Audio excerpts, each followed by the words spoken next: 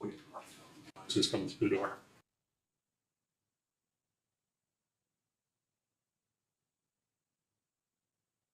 Making all kinds of noise.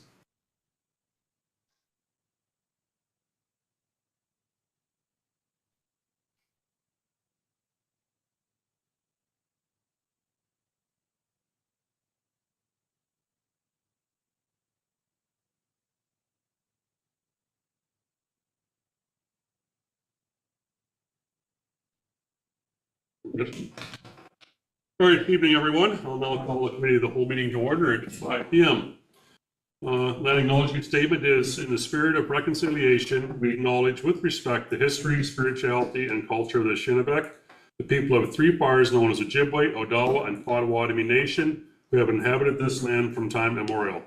And give thanks to those of the Chippewas of Saugeen and the Chippewas of Nawash, now known as the Saugeen Ojibwe Nation, as the traditional keepers of this land. We also recognize the Métis and Inuit, whose ancestors shared this land and these waters. May we all, as treaty people, live with respect on this land and live in peace and friendship with all its diverse peoples. Approval of agenda. The recommendation reads that the agenda be approved as presented.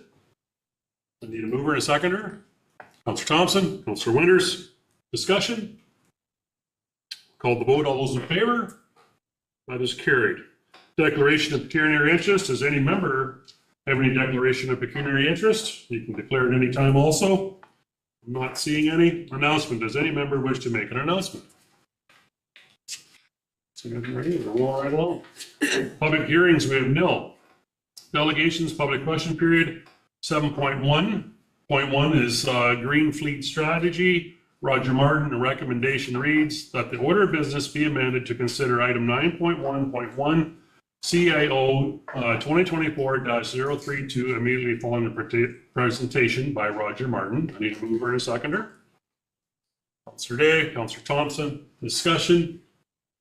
I'll call the vote. All those in favor? That is carried. So I will welcome Roger Martin and John Anderson.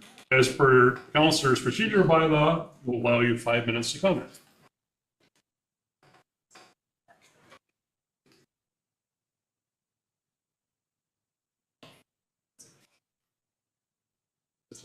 I can do 5 minutes. Can't be. So, as I start, as I was thinking about this, I couldn't help but reflect that the last time I was in the same room as the mayor, she was preaching to me. Oh. That was at Campbell United Church in July. Another preliminary reflection is that we now have a wonderful alignment of the key teams for this challenge of the Green Fleet. Council, led by the mayor, staff, led by the CAO, and the Climate Action Working Group, which is led by It Depends. So, there's a lot of different expertise in that group, so it depends on this topic. So why a 30-year green fleet strategy with an annual emissions calculator? Let's see, does this work?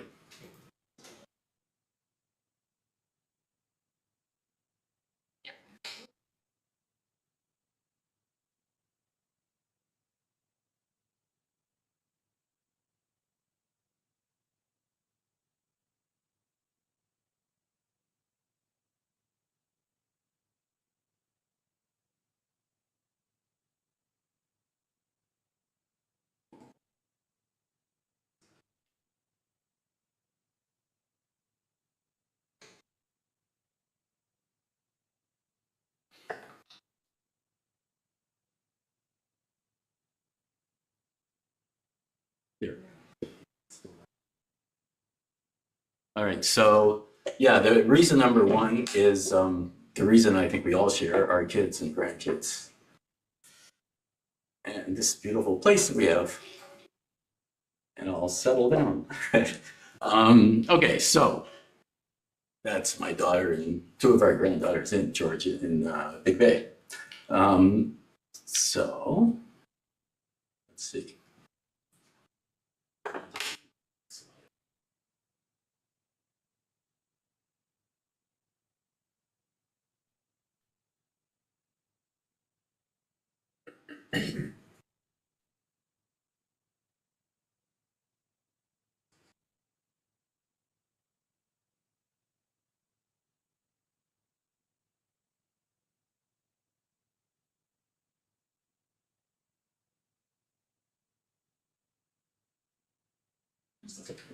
Okay. So slide number 2, or reason number 2, we have a climate action plan, a corporate climate action plan, and they're prescribed reductions in emissions, 40% by 2030, 70% by 2040, and 80% at least by 2050. Slide. Which is ambitious, but there's some good news. 80%, 87% of our emissions come from our fleet, which is just over half, and then heating the buildings, which is 36%. So total of 87%, and all that stuff can be electrified over time. And because the Ontario grid is as clean as it is, electrification yields over 90%, over 95% emission reduction. So that's a big deal. Next slide, please. And there's more good news. All the manufacturers, all the truck manufacturers that supply trucks to our fleet have as their objective having only zero emission vehicles in their product offerings by 2040. And there's a contest between all of them to get that happening as soon as possible. I didn't really realize this until I went to a industry conference in March of this year and learned that all of them are share this objective. There's 3 manufacturers that aren't on this slide: GM, Navistar, and Stellantis, which owns Dodge, and they share that objective. So that's a big deal. Next slide, please. So we have 2 types of trucks basically in this fleet broadly. 11 little ones represented by that picture of the pickup truck, and 9 big ones represented by the picture of the that highway snowplow. The little ones, for the little ones, there are EV alternatives available now. Niall's driving one. They're responsible for 40% of our greenhouse gas emissions.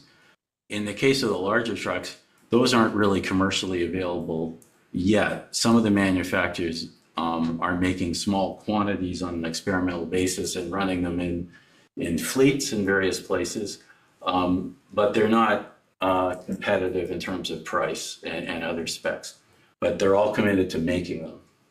Next slide, please. So, and what are the bases, the premises of this plan, or at least model that we've made, planning model we made? One is new vehicles will only go into the fleet once the existing vehicles have reached the end of their lives. And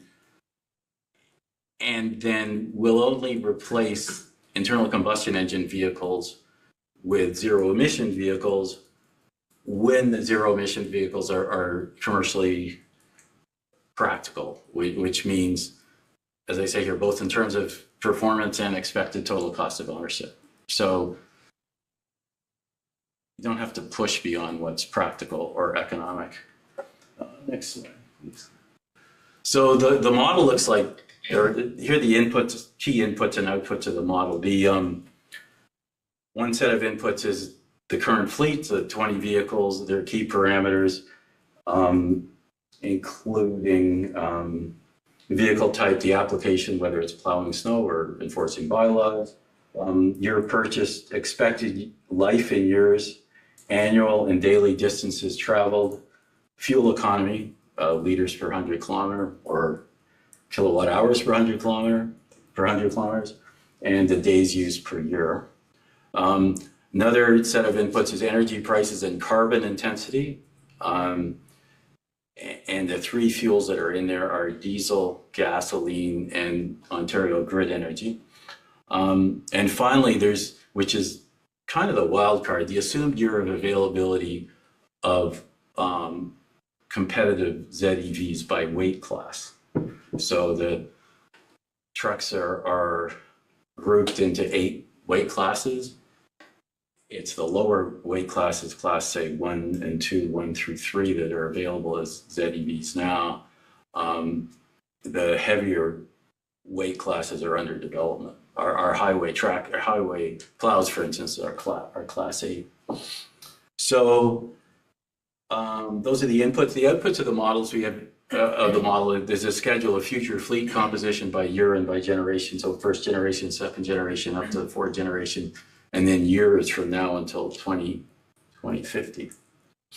And also the model computes for every year based on what assumptions you put into it, what our annual GHG emissions are for the fleet. So the next slide is a sample output. So you can see the red line is the is our objective for greenhouse gas emission reductions, and the blue line is the fleet greenhouse gas emissions by year based on the assumptions that were put into the model. And there you see a little table of the vehicle class, weight class, truck type, and assumed year of availability. So here we, to get this output, we're assuming that the big trucks are commercially available in 2035. But that may not be the case. That's just what those assumptions, the result that those assumptions yield. But you can see that with apparently reasonable assumptions, you can accomplish, we're late to the game, behind the objective in the 2020s and most of the 2030s, but passing the 70% reduction in 2040 and less than the 80% reduction beyond that. That's because you're assuming zero emission, a complete fleet of zero emission vehicles and an Ontario grid that's even cleaner than it is now, which is what's forecast. Next slide. So this is the last slide. So what can we do with the model? You can already see some of the things you can do. You can predict future fleet greenhouse gas emissions. You can explore the effect of different timings of the heavy duty ZEVs availability, how that'll affect our emissions. We can compare expected lifetime fuel costs, which is an important consideration, internal combustion versus EV or ZEV. And we can already look at how far the trucks are going now each day, how much fuel they're using, to estimate the daily charging requirements and therefore what the infrastructure requirements would be for different types of trucks. And for the smaller trucks, the infrastructure requirements are just not that demanding. You do it with current infrastructure. As the trucks get bigger, then that story changes. And then in the future, because things will change, we know that, fuel and vehicle prices, carbon intensities, et cetera, we can change those inputs and see what the implications are for the model, for the output of the model. So that's the end of my presentation. Thanks, Roger, for the presentation there. We're going to pull in the next item agenda here while we've still got you here. Okay. We can certainly have a seat. If anybody, council member, has a direct question for Roger now, or we'll do the next report and then we'll do them all at once. Looks like we're good. So hang around there, Roger, and we'll be right back to you. All right, so on to 9.1.1, CAO 2024-032, Jordan Bluffs Green Fleet Strategy. Recommendation reads that council acknowledge and recognize the valued contribution of Roger Martin's expertise and generous volunteer support in helping to develop the Green Fleet Strategy and the Fleet GHG estimating tool for Georgian Bluffs, and that staff be directed to use the tool in developing a long-term strategy for fleet renewal and replacement of to be embedded within the Georgian Bluffs Asset Management Plan in 2025, and that staff be directed to develop a long-term through 2050 fleet renewal program that supports the adoption of zero emissions vehicles only as practical ZEVs become available for the township's various jobs. I need a mover and a seconder. Councillor Day. Councillor Thompson. I will now turn this over to Niall for brief recap on comments. Thank you, Deputy Mayor Pringle, and through you to members of council. So I'd like to extend once again thanks to Roger. Roger skipped over introducing his experience and expertise in this sector. So this is a pet project. It's born from a career that Roger has held prior to his moving to Georgian Bluffs in the truck business and indeed closely associated with early development of commercially viable testing pilot vehicles from zero-based emissions side of things. So we're pleased to be bringing this back at this point in time. As Council's aware, we're building an asset management plan for the township. One of our large asset categories is fleet and understanding fleet renewal and replacement. And with the adoption of Committed to Change last year and moving forward into looking at that asset management plan, looking at a green fuel fleet strategy to embed within that process was important. So through the work that Roger's done with us this year, through the research he's been able to do whilst we're working with manufacturers and working with some of the data that we've already captured through Committed to Change, we've been able to develop this model. Roger's been able to develop this model for initially for the use of Georgian Bluffs, and hopefully I'm sure I think Roger would be keen to see this shared more broadly amongst the climate community, the environmental community, and municipal community for others to adopt, to really look at how realistic our targets are for greenhouse gas reductions, given the impact of fleet, as was highlighted through the presentation. The good news is we can achieve the targets which are captured within Committed to Change based on industry forecasts for zero-based emission vehicle availability, and it looks like we can get there within our current replacement cycle. So we don't need to be more aggressive. We don't need to early replace vehicles. We just need to replace vehicles and be committed to replacing vehicles with green alternatives or zero-based emission alternatives as and when they're available commercially and as and when they are able and fit to be able to do the job. So realistically, the direction today is simply to capture that green fleet model, build it into our asset management plan, so that we're prepared from a financial perspective, so that we're sustainably financing ourselves to be able to adopt these vehicles as they become available. Obviously, there's a significant amount of unknowns between now and the mid-2030s. Some of the vehicles may become available sooner, some of the vehicles may not be available until later. And so it is very much dependent on when vehicles become available and when they make practical sense for adoption. The second big piece, and the second piece that would sort of follow on from a support for us heading in this direction, is really to start the background work as to understanding what the infrastructure impacts of these might be. So as noted, for smaller pickup trucks, the infrastructure investments are relatively negligible. The existing electrical grid is able to support them at most of our facilities without too much of a difficulty and without significant expense. However, when we start getting into bigger vehicles, particularly if we are remaining with battery-based vehicles, current technology takes time for batteries to recharge, and bigger vehicles, bigger batteries require bigger capacities. We suspect, although we haven't done the background work until after we get through today, that there will be some infrastructure limitations on where we're able to get that infrastructure installed, and certainly some budgetary impacts associated to that. But we really need to understand the journey that we might be heading on before we can start doing some of the background work on that. So really today is to recognise the work that has been done and to provide direction to staff to utilise the model in helping to inform our fleet asset management plan as we go forward from this point forward. So I will stop at that point, but I will once again recognise the support of Roger and members of the Climate Action team in helping pull the tool together. And I think there are several of us with lots of experience, in fact, several people in the back of the room that has significantly more experience than myself in this sector. And so staff are here, and I'm sure members of the community who have been involved in this work would be more than happy to try and answer any of the council's questions as you see fit. Thank you. Thank you, Niall, for that update on that. Yeah, there was a lot of material in there to go through, and both you and Roger, it was a great report. So a lot of stuff there. Comments from the council? Councilor Myers. Thank you. Through you. I mean, great report, a lot of information here. I do recognize the importance of this. Our action plan says that. The only thing that, as a councilor, I'm starting to get wary of is I think we're missing a step between the first and the second paragraph here. I think we need to develop the tool, but I think as council, we need to see the results of the tool. We need to see the assumptions of the tool before we embed it in an asset management plan.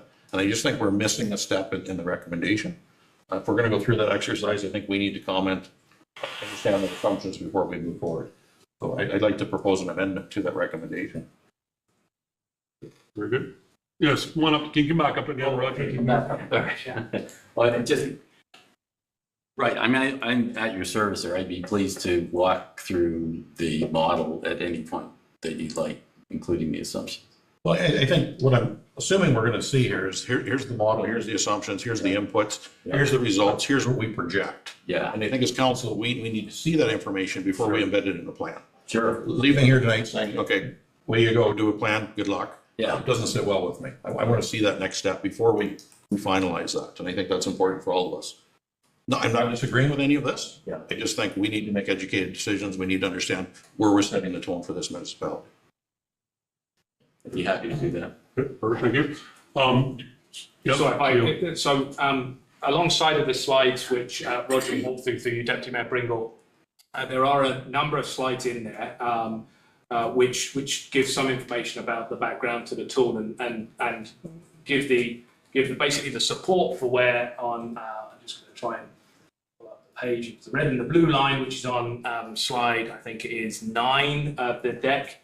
Which gave the blue line and the red line. So the red line is hard baked within the committed to action plan based on the targets. The blue line is generated as a result of the assumptions which are on page,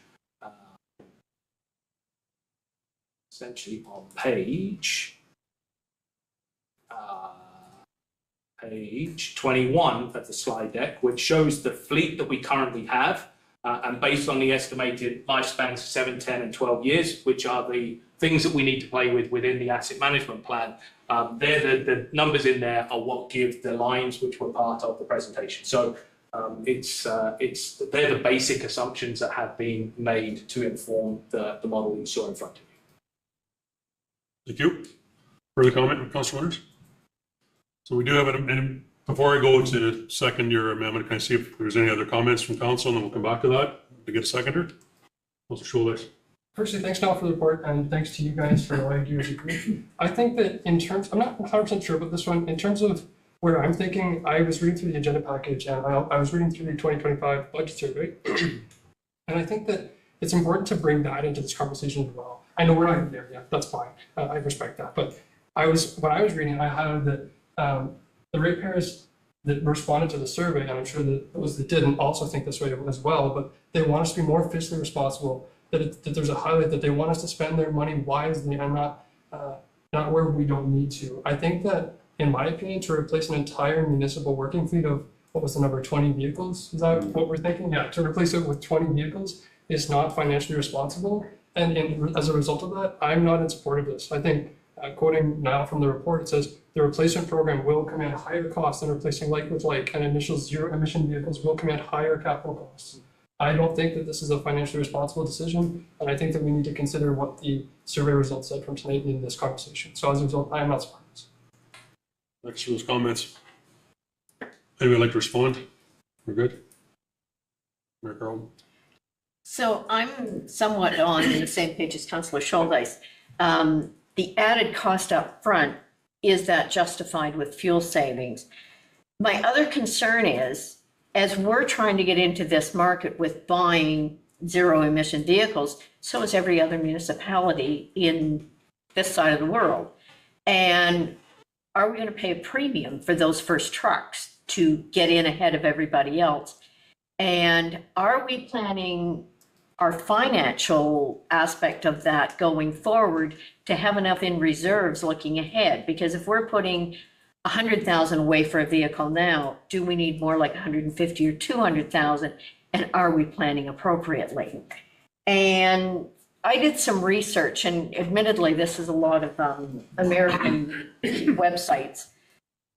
A lot of these bigger vehicles that they're doing now have, and it's American, so it's in miles, 135 to 150 mile range. How long are our truck routes? Like, is that going to work? Because we can't stop them halfway out that route to recharge to do the next half. So I think some of my questions revolve around that. But mostly it's that, are we planning enough funds in reserves to meet this need going forward? Thank you for that. Yeah, Councilor Scholes. And I'll just add a caveat to what I have to say.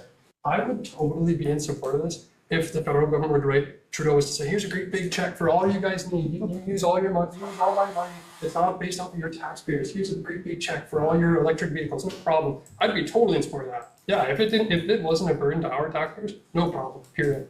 I would also I'd love to have more data. I'd love to see if we could have a survey for the entirety of our municipality to see what the ratepayers would think of this. Like, and I'd love to know, what is the number? What is the total price for 20 vehicles to replace 20 vehicles? If everybody else in the municipality is okay with that, I'd be on board too. But again, it's not my money, it's the taxpayers, and they're the boss, period. That's my stance on this.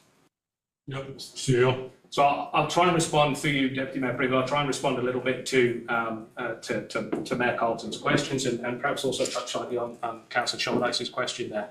I think we recognise that there are no vehicles currently that make sense for us to buy. We're not buying a truck to buy a closed snow tomorrow because they don't exist. The earliest they're likely to exist, based on the information that Roger's been able to ascertain, is the mid to late 2030s. So we're not talking about buying any new vehicles to push snow or do heavy equipment because they simply don't exist, and we simply don't have the infrastructure to accommodate those.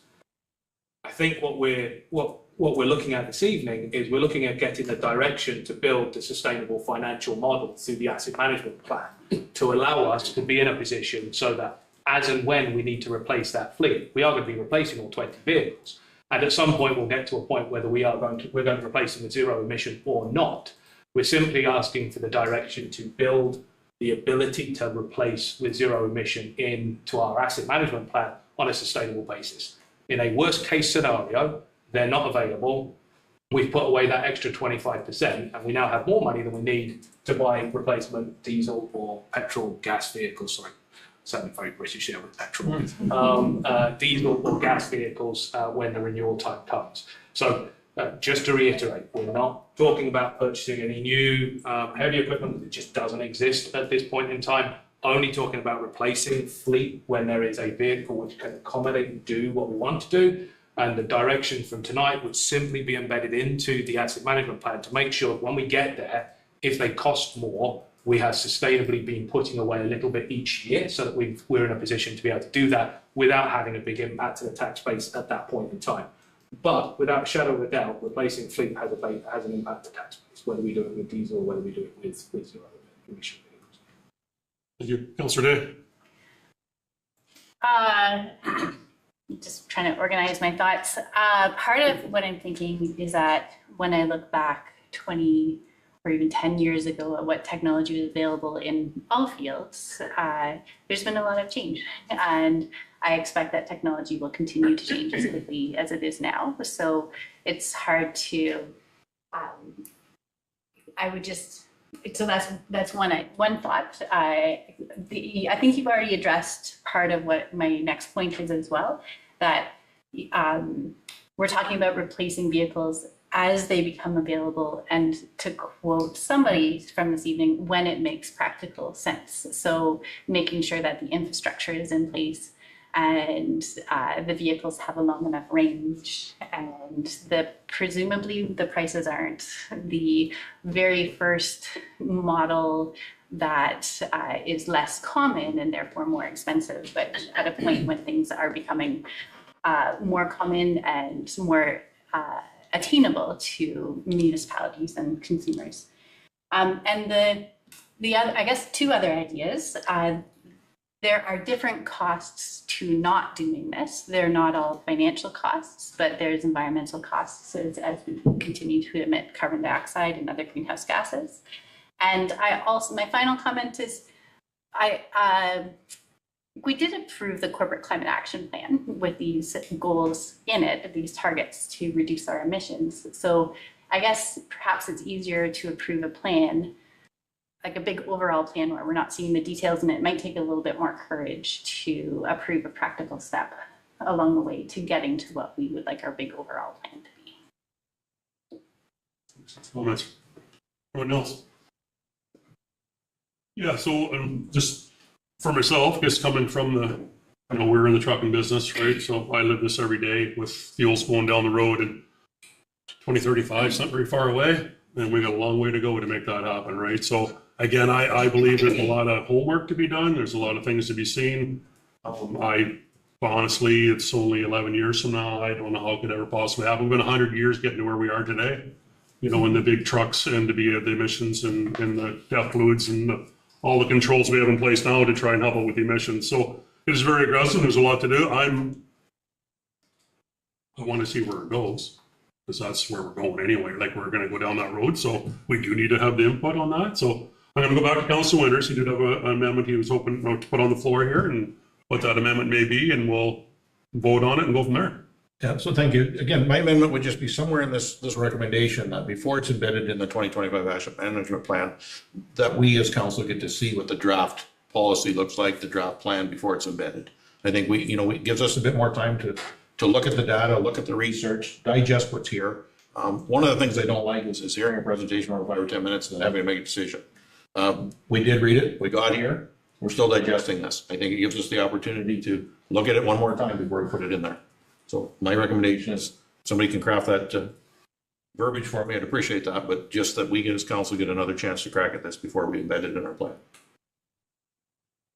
Yes, Neil? If I can, if I'm understanding Councillor Winters correctly, maybe it's the staff be directed to use the tool in developing a draft long-term strategy for fleet renewal and replacement to be embedded eventually in the asset management plan, so that there would be that opportunity for it to come back. The tool would be embedded. You'd see how the tool would impact, and maybe we bring forward a renewal plan that included the tool versus a renewal plan that didn't include the tool. Would that work? I would be satisfied with that. Yes, thank you. So that is still an amendment on the floor then. Do we need a seconder for that? Okay, do I have a seconder for that? Councillor Thompson? Discussion on the amendment? I'll call the vote. All those in favor? That is carried. And opposed? Thank you. And back to the main motion then. We have a mover and a seconder. I'm going to call the vote. All those in favor of the main motion? That is carried. Opposed? Thank you. Opposed. Yeah. Thank you. All right. Thank you. All right. Moving on to 7.2, items not on the agenda. Any person who wishes to appear before council regarding an item not on the agenda may make written application to the clerk by the Thursday preceding the meeting they wish to speak at. To register, www.georgianbluffs.ca/delegations, or call the clerk's office at 519-376-2729, extension 603.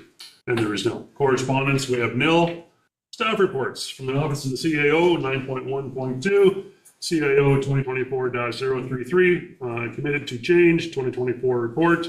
Recommendation reads that the report, CAO 2024-033, being a report on 2024 activities under the Committed to Action Corporate Climate Action Plan, be received for information. I need a mover and a seconder. Councillor Thompson, Mayor Carlton, and I will turn this over to Niall. Thank you, Deputy Mayor Pringle. So this is a short report, but it's a long report, lots of activity.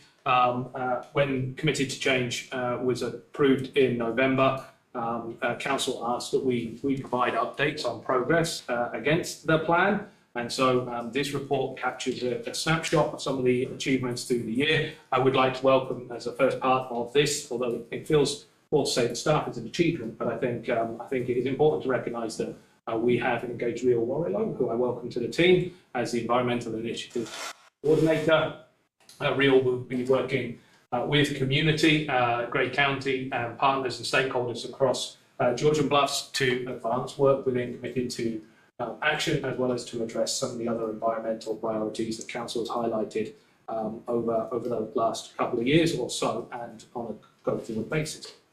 So I'm not going to spend a huge amount of time going through the report that's in front of you, but there's a flavour of some of the things that have been happening from public engagement, community engagement activities across the balance of the year, working with communities seeking to help improve awareness and knowledge of some of the things that community can undertake in terms of lowering their environmental footprint and helping to address climate change. To some of the things that we have done, from small-scale tree planting to implementing EV chargers across our areas, to looking and revisiting policies within the township to make sure they address environmental aspirations. We also reflect some of the significant successes that community has led through this year. So it's climate change is a problem for all of us, and so community has also stepped up and done a significant amount of work. And so I'd like to reflect on the success of the GBCAT team in terms of the repair cafe that's been run out of Owen Sound Library on a monthly basis over the course of this year, and some of the work they have done in terms of Earth Day, community education, and indeed working with some of the schools to promote climate change and environmental issues in the school system. So really this is a bit of a summary as some of the work that has been achieved over the last year, and we're looking forward to continuing to work together to further the actions that are committed to change over the next 12 months. So happy to take questions on any of the projects within there as council sees fit. Thanks an awful lot. Report on that. Yeah, there was a lot of stuff in there too. Once you got reading it there's a lot of stuff going on. So it was a great report. Questions from council? I have one, but I don't always like to start, so I was hoping somebody else would start. It's a great report. There's a lot of stuff in there. It's nice to see that we're actively working on through all of that. The one thing just in effective transparency is financial impact where it says none. We as council did approve a budget there, and it would just be kind of nice for our ratepayers and stuff to say, okay, we have allotted X number of dollars this year. We're currently such and such. We've spent X. I don't think it's fair to say to everybody there's no financial impact, because there is a financial impact here. And bringing all this forward, it'd be nice to know what that dollar value was, or are we under budget, or what that is. I mean, it's just, again, transparency for somebody to say, Georgian Bluff spent $80,000, $100,000 on climate action in 2024. So. Great comment. Councilman Newell? All right, I've not seen any. I'll call the vote. All those in favor? That's carried. On to 9.1.3, CAO 2024-034, gravel roads and service treatment roads. Our recommendation reads that report CAO 2024-034 be received for information. I need a mover and a seconder. Councillor Scholdays, Councillor Thompson, Niall, I'll turn this over to you. Yes, so through you, Deputy Mayor Pringle. I'll keep my comments even shorter on this one. So back at beginning of summer, there was a request for us to bring forward some review of our roads network and when it made sense to consider surface treatment over for gravel-based roads. The report reflects a small portion, a very small portion of what is a very significant body of research and work that is out there in regards to the pros and cons of particularly surface treat versus gravel roads in North America. I think it's fair to say that on the balance of the review that was undertaken, from a financial perspective, gravel makes sense for low volume roads. From a purely financial perspective, the maintenance costs, the management costs, although maintenance is more frequent, the overall costs of that maintenance cycle are less over the lifespan of a gravel road over a surface treated road. However, the report reflects on the fact that we have many roads which are surface treated or indeed asphalt roadways, which are far below the thresholds that the pure numbers would indicate make sense for upgrade. So upgrading is not simply about an economics perspective. It's not simply about the volume of use. It's about an overall value to community from a service level perspective, and also for operational efficiency. So dead end roads, for example, is one example that's in the report. So we've tried to bring together a small selection, as I say, of the information which appears fairly relevant to the area that we work in. That talks about the three broad road types that we have. At this point in time, on the basis of this information, no road seems to spring off the page as one that we should be considering proactively for upgrading to surface treatment from gravel at this point in time. The highest volume gravel road we have is the section that runs between Toon Swamp on Zion Church Road. I'd be more than happy to take any questions or comments on the basis of the report. Again, I recognise I am far from the expert on this, so it might be one that I have to take away and do a bit more digging around on. But the information was all taken from the research done across North America and Ontario. Thank you, Noel. Comments from council?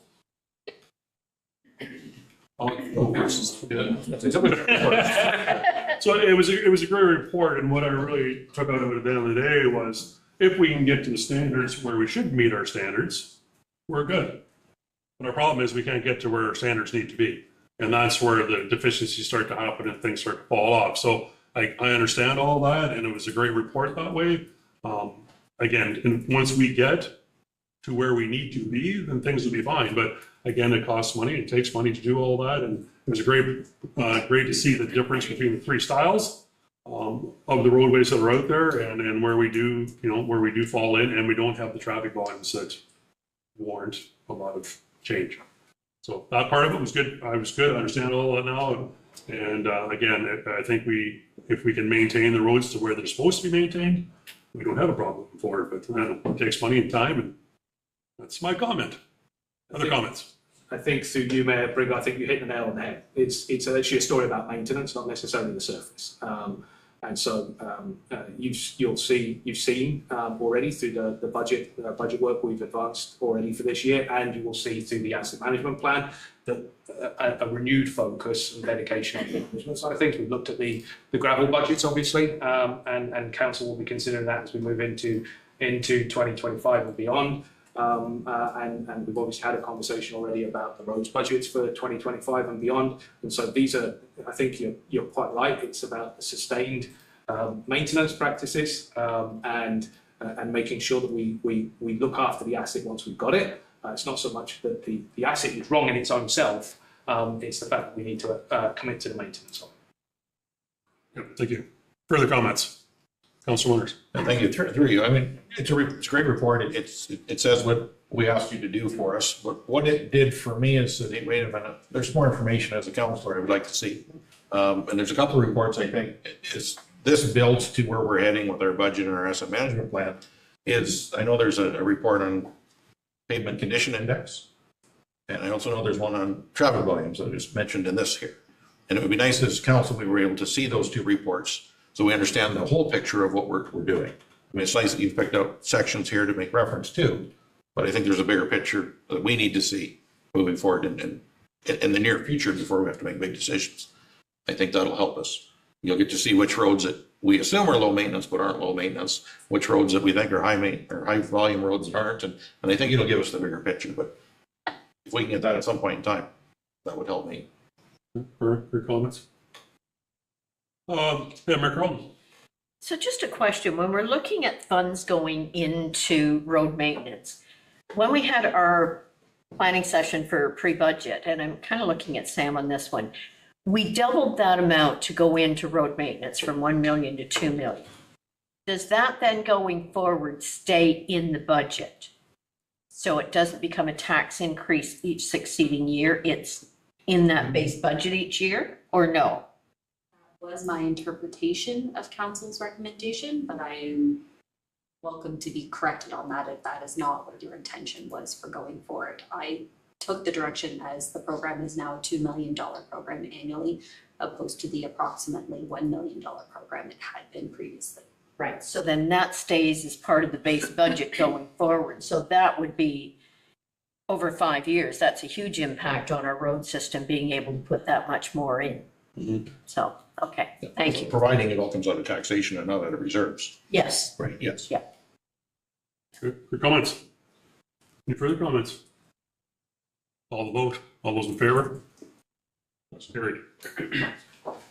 Corporate services.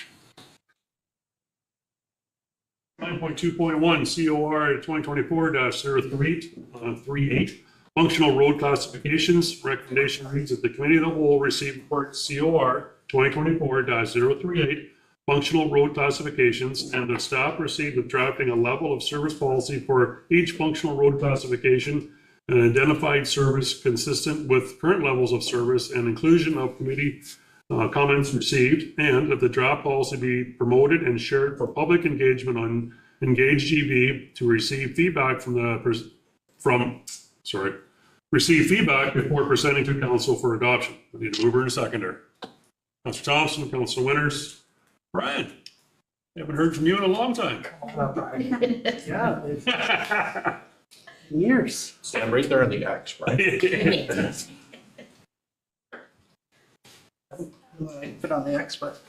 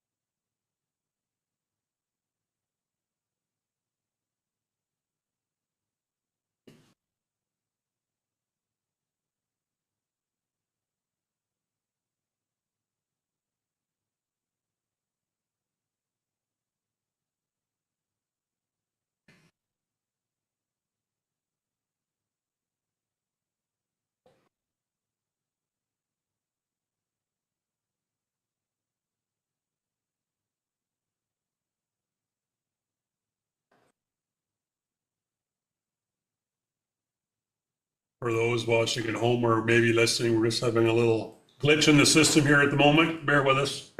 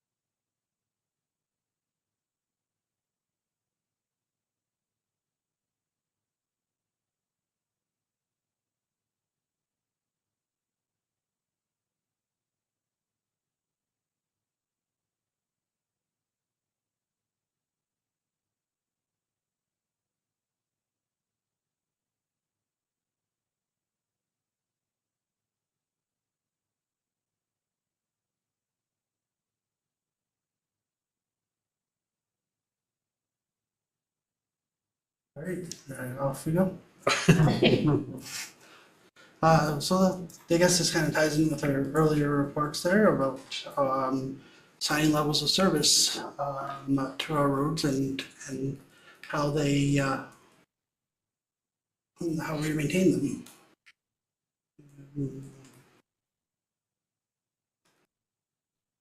So part of Ontario Regulation 58817 that was passed by the Ontario government in December 2017 set some benchmarks for municipalities in terms of their asset management. So the first one was to create a strategic asset policy, which Township passed in 2019.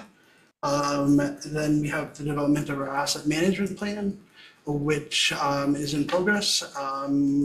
And we had consulted with PSD Citywide in order to generate that report or that plan.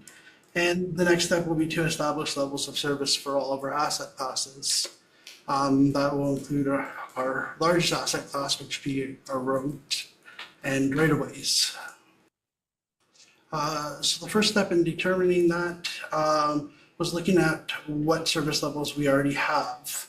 And these are based on what has been established by council, maybe not necessarily in a direct report going in the past, but these have been the standards that we have been putting out to our roads, or that we've been aiming for.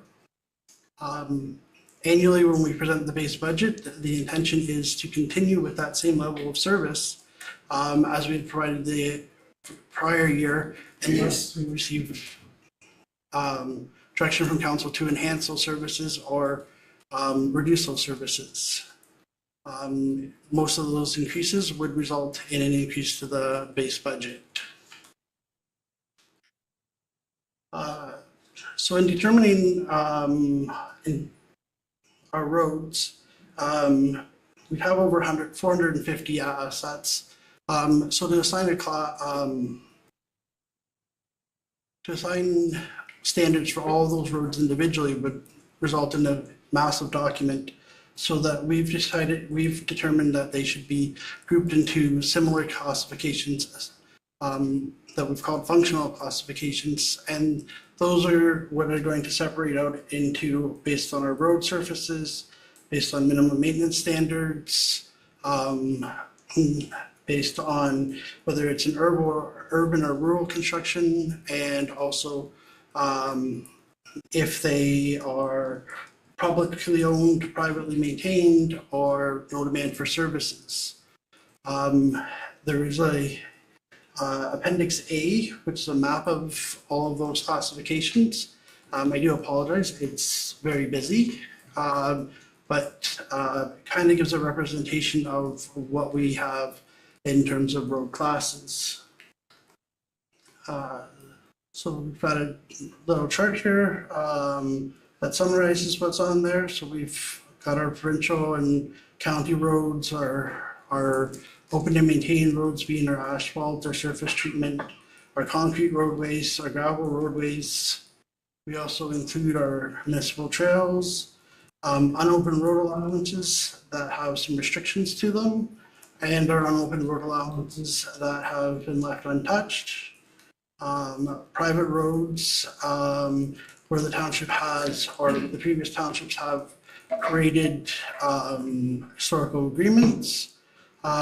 We have privately maintained roads, which are within the township's road allowances, and we have private roads located solely on private property. We also have a classification of other, and this is where council could provide alternative directions based on individual situations.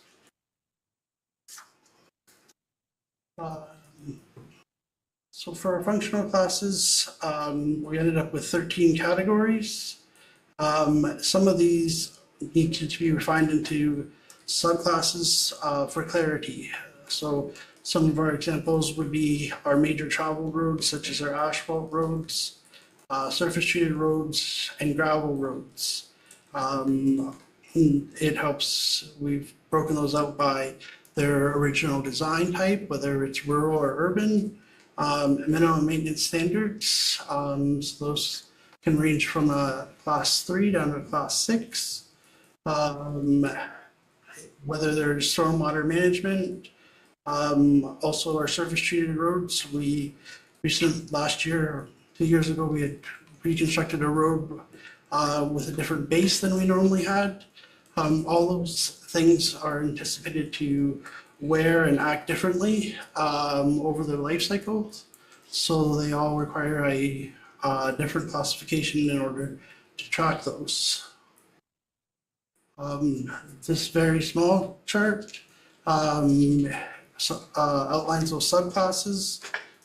So we have our roads, our actual roads, whether they're urban, semi-urban, or rural, that are MMS class of 3, which have our class 4 or lower, and then our gravel roads are broken out into whether they're maintained yearly, seasonally, or not maintained at all.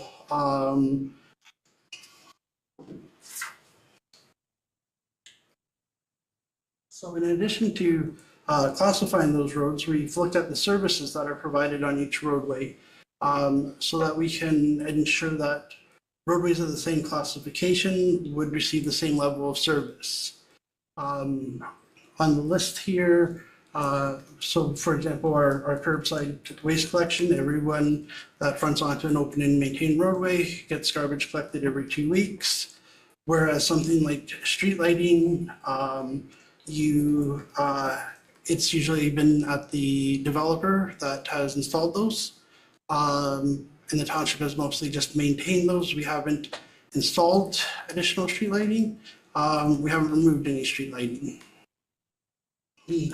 So all of these were ones that were identified that can affect the level of service that any resident on any roadway could experience.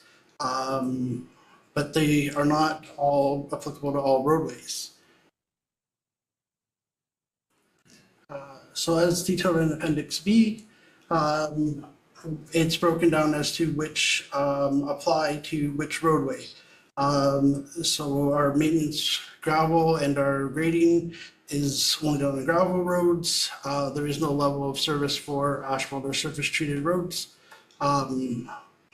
Similarly, with hot mix patching would not be done on a gravel road. Wouldn't put down dust control on a hard surface road. For things like street lighting and intersection sweeping that show up on the appendix as a sum or as an intersection, those would be documented so that the level of service would always remain the same year over year, so that the residents would understand and staff would understand what the expectations are for maintaining those services.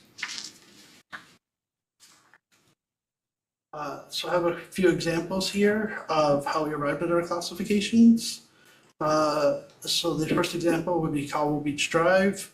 So that is an asphalt road, which falls under the FC classification 1. So then in determining the subclass of that is based on the speed limit and daily traffic count to assess what the minimum maintenance standard cost would be. As mentioned, we operate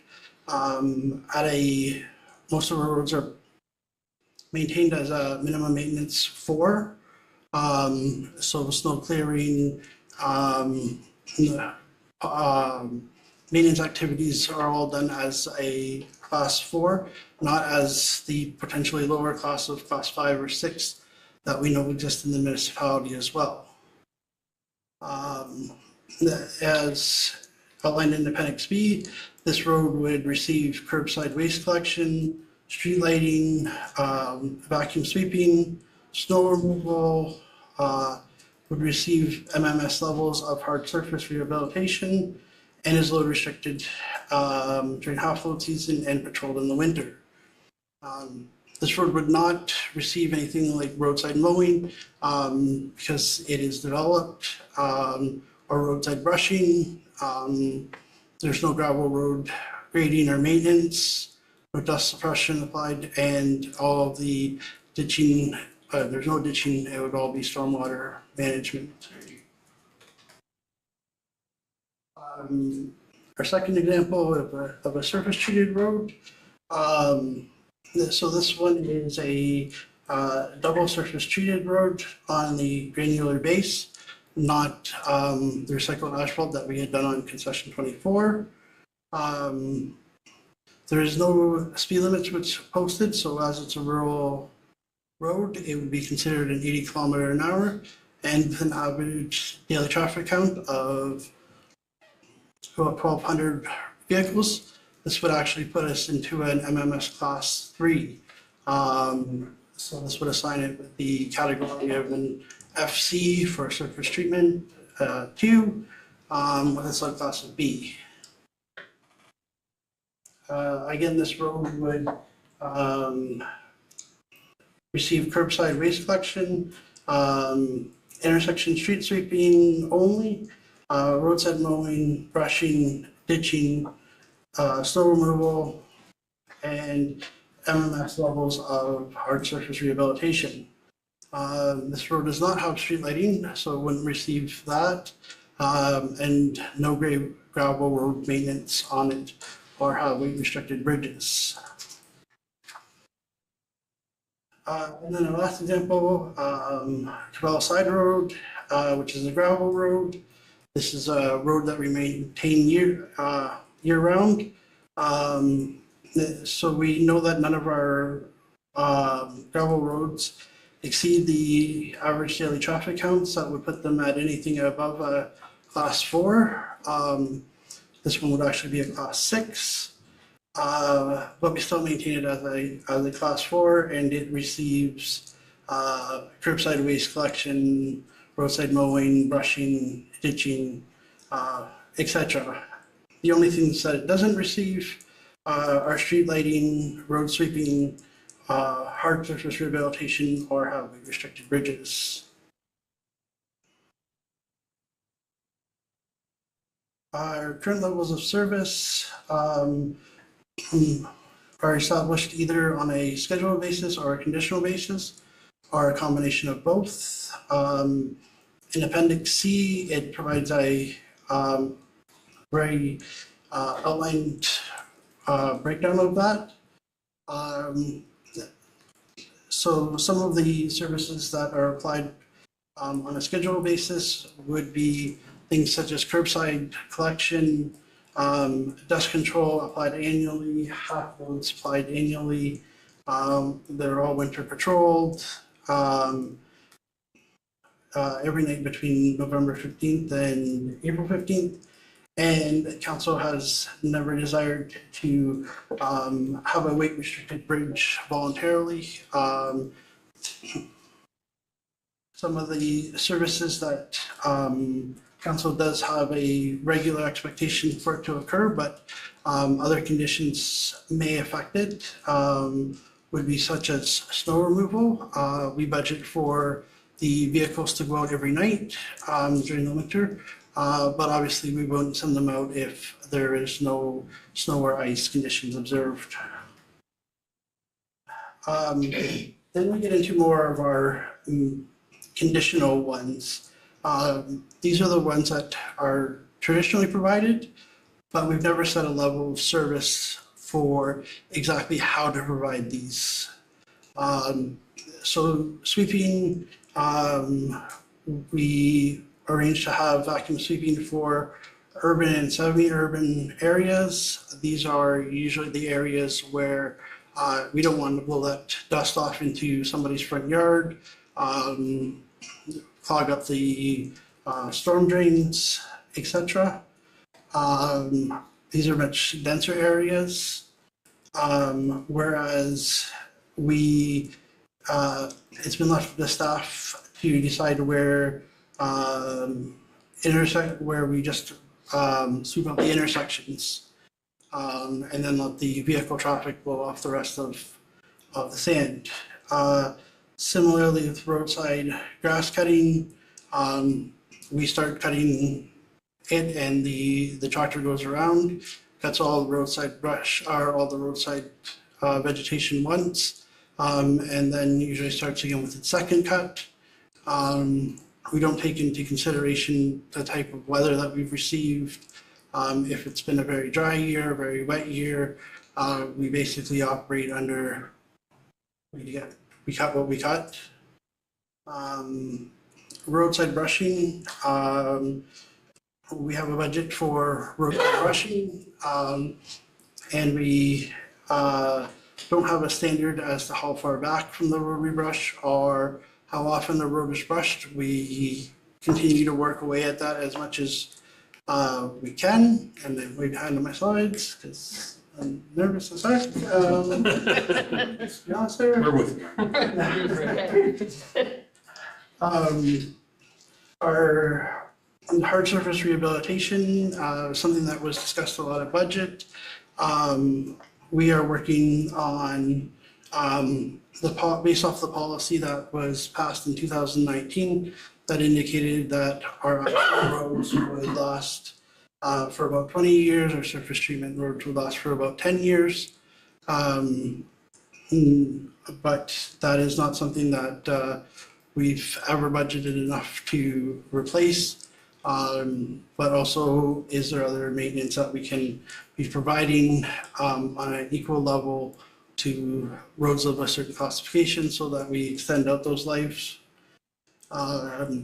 Grading gravel roads are done to reduce potholes and make the roads as comfortable to drive on as possible. But short of MMS, we have not established a standard that we would like to see on those roads. Is that they are graded more often? Is that they receive gravel more often? Here's the next one. With the maintenance gravel, we have set, or was discussed in the budget that we would move to a 3-year rotation for putting gravel down. Previously, we had been around 4 or 5 years. But each year that was always kind of left up to the condition of the road. We don't have anything for how much workable material is on the road to justify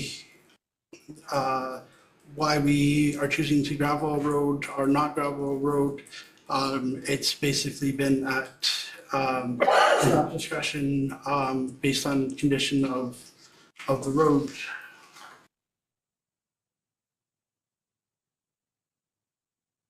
So the next steps would be, now that we've reviewed our current levels of service from a very high level, staff would like to take this information away to begin documenting this out in more of an official policy, so that we, instead of these very broad terms that I'm speaking of tonight, we start to get down into those specifics that we would make sense, so that we can point to those to say this is the level of service that we would provide. Right now, staff are able to complete so many kilometers of brushing per year, but we've yet to determine how long that would take to go around and brush all the roads once, whether that's it'll be years and years. But we have made, in the past, we've made ditching a priority for a season, or we've made roadside brushing a priority, and we've never established how many kilometers we hope to brush every year. We would also, it should be established as a standard as to how far that will be brushed back. We don't want to go down one road where there's a perceived amount of privacy and go to an extreme, and then another road because of some arbitrary thing we decide to cut only very close to the road. We should establish a standard for how far back from the road we brush, so that we are coming to that on a regular basis with fixed measurable criteria to ensure that all the assets are being treated equally. And then once we have those levels of service, additional input from council would be around how many kilometers of road do we want to brush every year, and is that an increase to our current level? Is that a decrease? And how does that affect our overall base budget? I think I covered that one. So in this June of 2025, we have a level of service strategic session in which we would dive into these a little bit deeper, and where council will be able to provide feedback. We would also, through Engage GB, be circulating the policy that will have our current levels of service, so that residents are able to provide feedback on the services that they are providing or being provided. And whether that is something that they are happy with, would like to see more of, or whether they feel that that is not the best use of township resources. Thank you for bearing with me, and do you have any questions? All right, Brian, thanks for that. No, it was, there was a lot of information in that report there. Yeah, there was just a lot of information there. It's hard to believe there can be that much information on driving on a road, but there was a file. And it did bring up lots of questions in my mind too on that. So anyway, council, questions for Brian? I think you did a great job. You're in North Coast, that was a great report. Thank you for coming up here and presenting it to us. Thank you. Yeah, you did great. Yeah, Mayor Crone. I would say the same thing. Yeah. It's a lot of information, a lot to take in. And that had to be quite a job putting all that together. So thank you for that, because it gives us a good basis to go forward on. Yeah, no, from a comment from myself too there, I do believe we do need to have a plan in place for the roadside cutting and the brushing back and that. It's just, I know this past summer's been a great year for vegetation to grow and shrubs and there's long grass. I did have a question for Jerry. Did we get around twice this year on the roadside cutting? Yeah. Excellent. It was a great year for growth. So, and I know the brushing piece of it is a big piece of it too. If anything, I get comments about from myself and Meyer down the south end is about the brushing and where we should be. So that does need to be looked at. It's all in the report and great job. Thanks, Brian. All right, 9.2.2. Oh, I better call the vote there. I didn't do that yet, right? Before we get too far away here. There's no further discussion. I'll call the vote. All's in favor? That is carried. 9.2.2 COR 2024-039 2025 budget survey results. Recommendation reads the committee of the whole received the 2025 budget survey results for information. Need a mover and a seconder. Councillor Scholz, Councillor Day, and I'm going to turn this over to Samantha.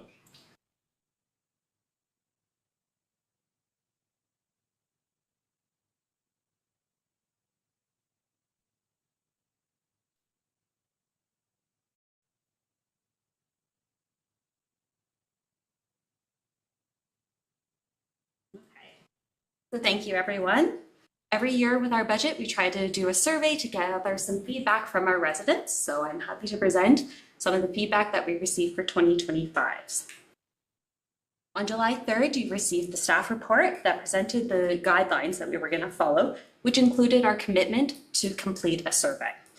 Feedback had been gathered through written correspondence and online surveys for this.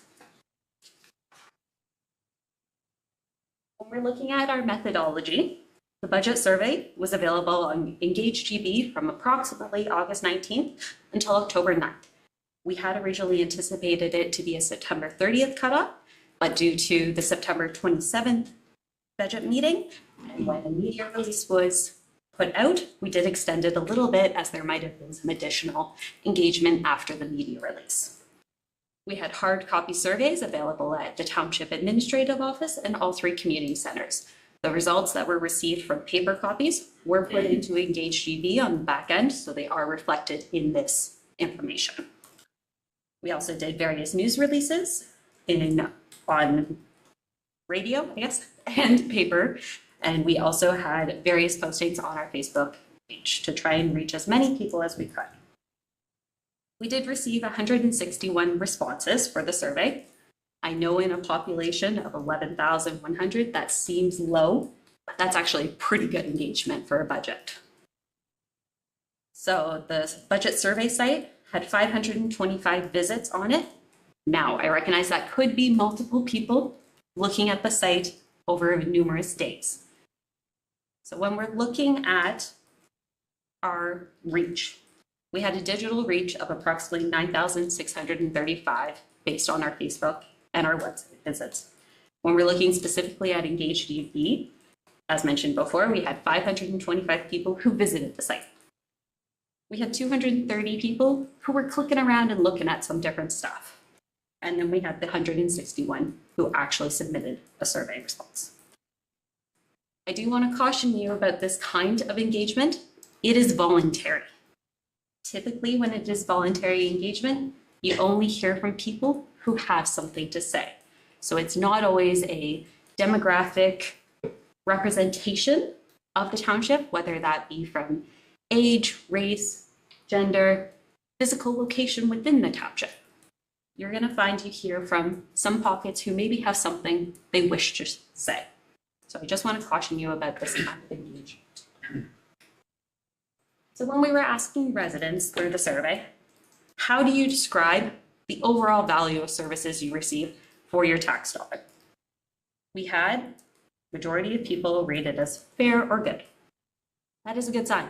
That shows positive feedback there. We also asked about how they felt their tax levels were compared to their services that they received. Or sorry, property taxes, if they wish to enhance them and increase taxes, keep property taxes the same, decrease, and what their threshold for change might be there.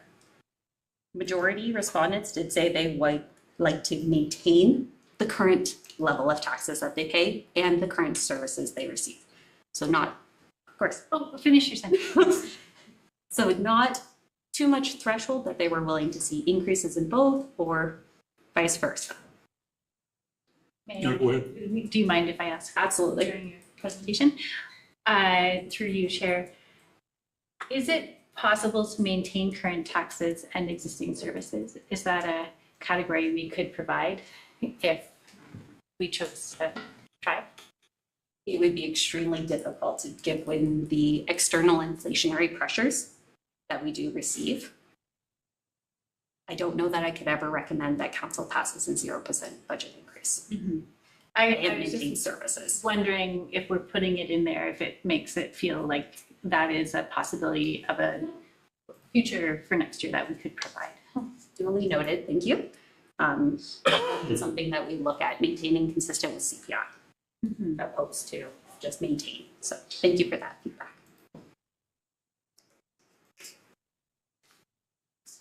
We also asked residents, or participants, I guess, how you feel service levels for the following township services could be enhanced, maintained, or reduced.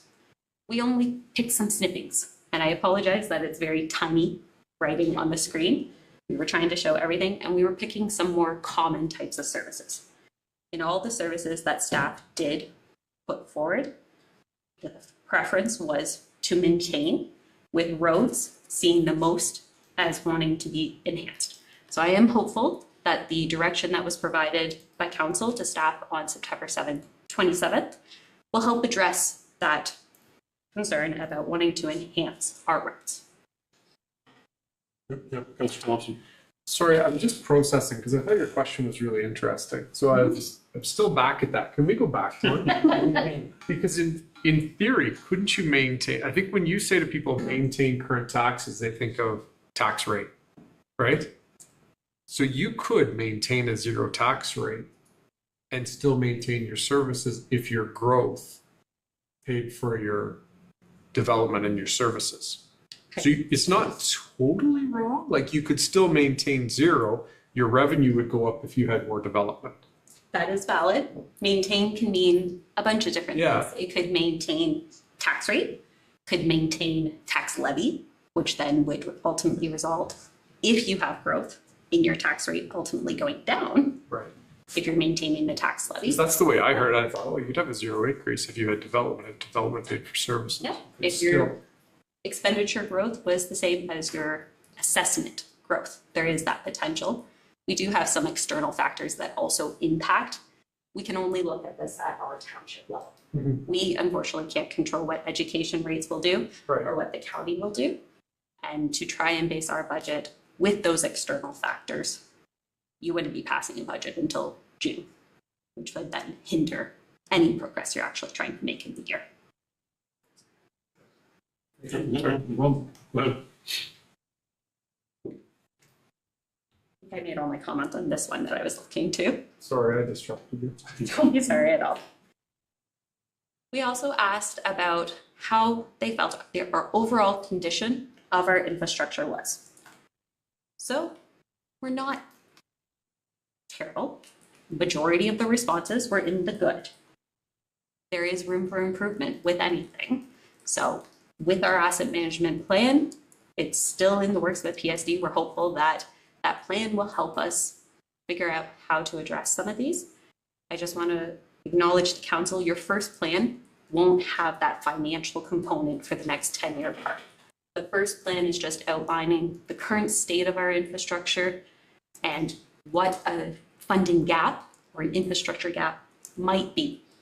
That can and may change once we look at doing the financial plan aspect of that. So overall, what did we hear from our residents? They have a sense of community and living environment. They love our community pride. That's something that is great to hear. They love our parks and green spaces. Snow removal, winter control, it is a controversial topic. You're gonna have some that feel it is great, some that feel it is not so great. So we did receive mixed reviews overall on snow removal. Value for our taxes. Some residents felt that they received reasonable value for their taxes when compared to neighboring municipalities. This theme was less frequent than some of the others, but it was a theme that kind of progressed through the written comments that were received. We also heard various topics around social issues and homelessness, but there is calls for more affordable housing within the area. Infrastructure and safety concerns, emphasis on the road safety, speed limit enforcements, and infrastructure improvements. Fiscal responsibility and transparency, calls to avoid tax increases, focus on efficient spending and providing budget transparency. Environmental and usage concerns, calls to maintain public spaces responsibly and promote sustainable initiatives.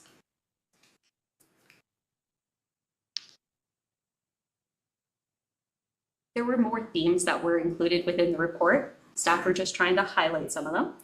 So for the next steps, you've started your 2025 budget process with your September 27th meeting.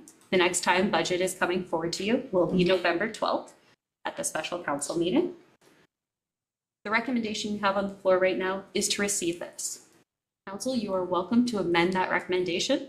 If there are pieces of information within this survey results you wish to have staff investigate a bit more, you also don't have to make those decisions tonight.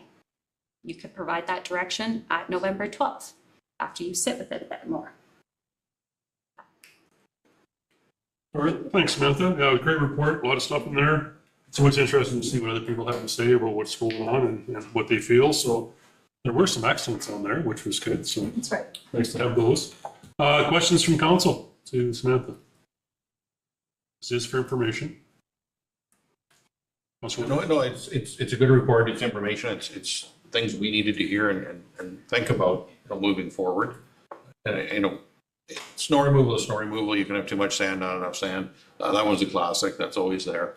It's the one that when you read through that and you really kind of wade through the weeds, is the efficiencies. I mean, I think our ratepayers expect us to find efficiencies, do as much as we can with what we're doing, sort of thing, right? So the only thing I took out of that was, we left that table at a 5.14% increase. Staff came back and said, listen, we found some efficiencies. We're able to whittle that down. That would be a great news story.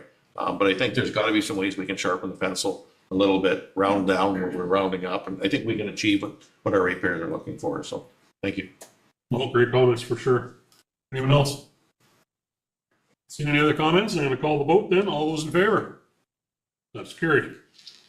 We're on to 9.2.3 COR 2024-040 cemetery software quotations. Recommendation reads that staff be delegated the authority to enter negotiations through an informal request for quotation process for the purchase of cemetery software under the budget amount of $25,000. I need a mover and a seconder. Councilor Winters, Councilor Thompson. And I'm going to turn this over to Carly. Thank you, Mr. Chair. So this report follows the budget request that was approved by council for the 2024 budget. In advance of submitting that budget request, I did a little bit of research with some cemetery software providers. And furthermore, when it was approved, I did dive into those discussions a little bit further. And through those discussions, it became apparent that A informal quotation process would warrant us a little bit more flexibility in terms of how we negotiate, what fees could be omitted and those types of things, and cost savings that could be established from the work that has been done over the last several consecutive summers in terms of digitizing and verifying the cemetery's documentation that we have. So I'm hopeful that council will support me engaging two providers in a informal negotiation process, just to ensure that the township gets the most value for that $25,000 budget request, and ensure that we get what we need as a department for our administrative needs. I'm happy to answer any questions. Thank you for that, Carly. Questions from the council? I've not seen any. I'm going to call the vote then. All those in favor? That is carried. Unofficial business, we have nil. New business, we have nil. Notice of motion. Does any member wish to provide a notice of motion? Councilor Winters. Thank you, Chair. And I'm not wading into the staffing issue, but I'd like to provide a notice of motion that we as council provide direction that the building department is staffed on a full-time basis here with permanent staff. I'm just afraid that we have reliance more on contract services. I think we need somebody here, people here that provide the consistency, continuity. Last week we approved accommodation report, which mentions a building inspector and building inspections and building reviews, and I think we need to fill that position. So I'd just like to bring a notice of motion that is filled. That is captured. All right. Any others? Not seen any. Closed session, we have nil. Date of our next regular meeting is Wednesday, November the 6th at 5 p.m. Special council Tuesday, November the 12th at 9 a.m. If there is no further business, I'll call for an adjournment. I need a mover and seconder. Councilor Thompson, Councilor Shouldice, discussion. Call the vote. All those in favor? That is carried.